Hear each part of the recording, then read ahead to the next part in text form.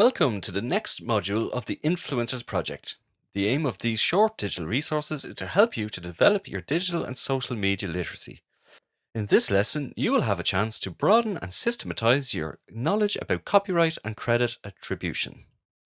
This area remains important for those who create, share, and use the content in their influencer activity.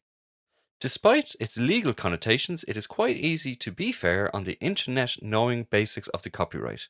Let us introduce to you some useful information. In this material, we will deal with copyright, which means literally a right to copy. However, the real scope of the copyright is broader than copying and covers reproducing, displaying, distributing copies, and performing the work in public.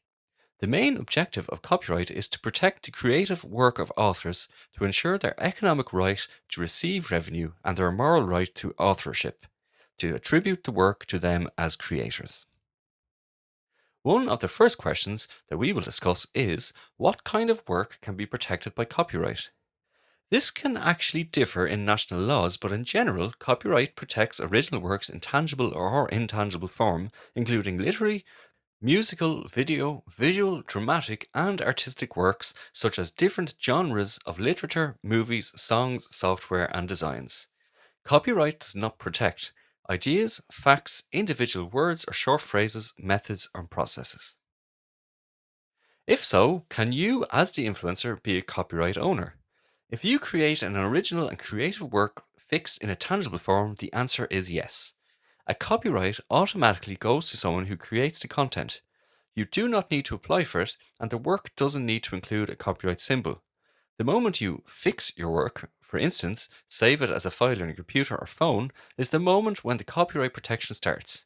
Remember that the ideas themselves are not protected.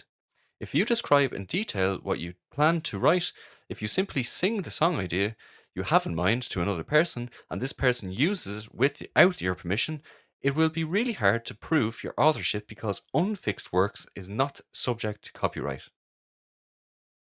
As the copyright owner, you have exclusive right to reproduce, control the copymaking, to create derivative works such as sequels, series, spin-offs, translations, and adaptation. You can also control and benefit from distribution and displaying your work. How to proceed with registration if there is no such thing as an international copyright protection? Fortunately, most countries have signed international and bilateral copyright agreements, so to honour the other country's citizens' copyright. International organisations such as the European Union try to harmonise the national legislations.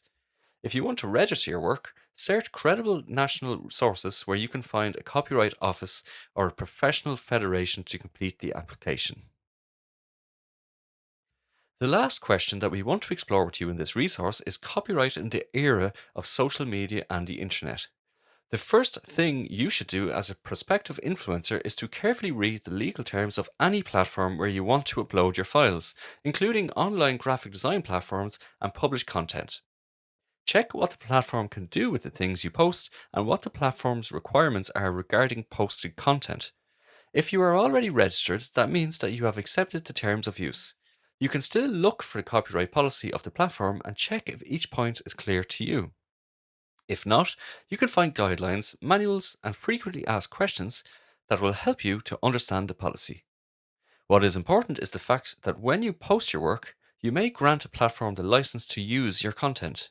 If you want to have full control over your work in terms of who uses it and how, do not post it on social media. The second thing that you should make sure is your own content that you have created or you have permission from the copyright holder, for example, the taker, author of a photo, etc. If you want to post something you have found on the internet, you can use works from the public domain or links to the original source, for example, the official author's channel. If you want to make sure your own content is shareable, but the attribution is still important to you, think about putting your logo, your name, or the name of your profile directly on the picture. Have you ever noticed that someone used your work and claimed ownership of it? As a copyright holder, you can report a copyright infringement.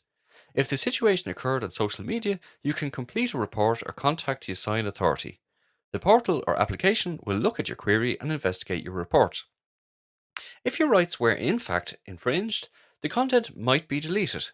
Remember, only the copyright holder can report the infringement. If you see something that violates a person's copyright, write them a message and link the material. Here is a tip for you as a creator to keep in mind that in some cases, even if you unintentionally shoot a video with someone's copyrighted work, seen in the background for example, your video might be taken down from a site. You have now completed this short video which looked at the basics of copyright and your rights as a copyright owner. In our next visual resource, we will help you to understand the limitations and exceptions to a copyright. You will learn how you can use the content from other authors in your personal and professional activities. And for more resources that will help you to develop your digital and social media literacy, please visit the Influencers Project website at www.influencersproject.eu.